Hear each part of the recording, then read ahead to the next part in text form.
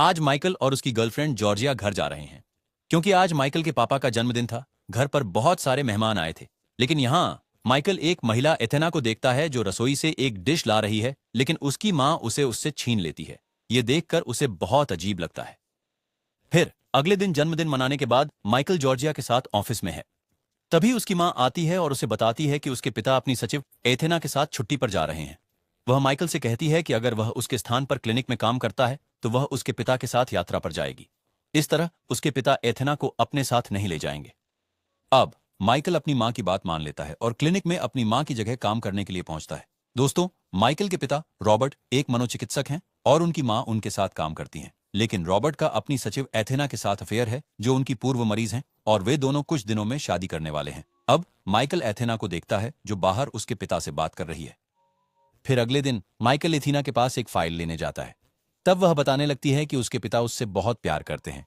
वह कहती है कि वह अपने परिवार को नष्ट नहीं करना चाहती, लेकिन उसके पिता उससे शादी करना चाहते हैं। यह सब बताते हुए वह भावुक हो जाती है। फिर माइकल उसे टिश्यू पेपर देने लगता है, लेकिन वह रोते हुए उसे चूम लेती है। लेकिन फिर उसे एहसास होता है कि यह सब गलत है, तो वह चली जाती है। यह सब देखकर माइकल भी बहुत हैरान है।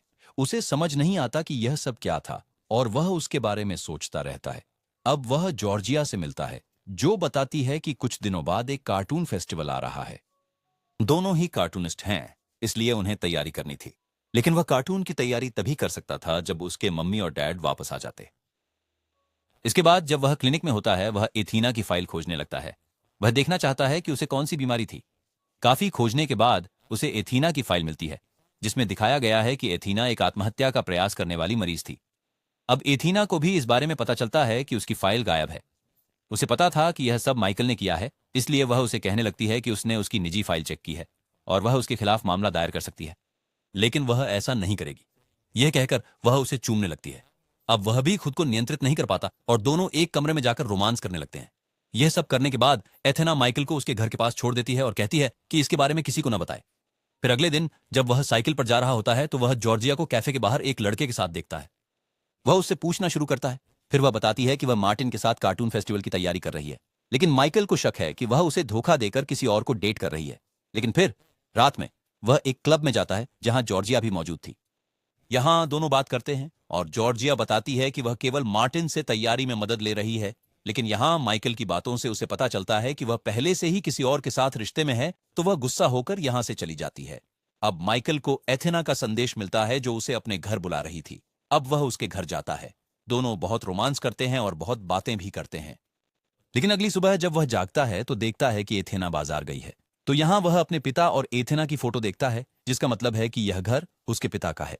अब उसके पिता भी यहां आते हैं, जो अभी अभी छुट्टी के सफर से लौटे थे। वह उससे उसकी मां को मनाने को कहते हैं, क्योंकि वह एथेना को छोड़ नहीं सकते। माइकल कहता है कि उसकी मां के होते हुए उसके लिए किसी और महिला के साथ होना गलत है। डैड कहते हैं कि एथेना को उनकी जरूरत है और वह उसे भी प्यार करते हैं। अब एथेना भी बाजार से वापस आती है, जो रॉबर्ट से थोड़ी नाराज थी, और वह उसके सामने माइकल को चूम लेती है।